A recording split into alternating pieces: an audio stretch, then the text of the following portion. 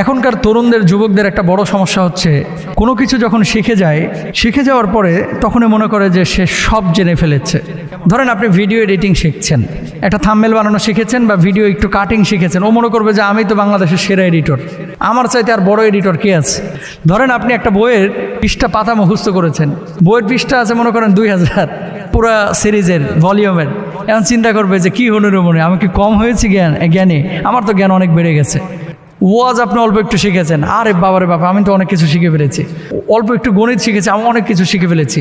না, এই পৃথিবীর বুকে 100-এ 100 কোনো মানুষ জ্ঞানী হতে পারবে না। তবে হ্যাঁ, যখন আপনার ভিতরে জ্ঞান আসবে, যখন ভারত খুব বেশি আপনার ভিতরে চলে আসবে জ্ঞানের, অটোমেটিক দেখবেন যে আপনি নত হয়ে গেছেন।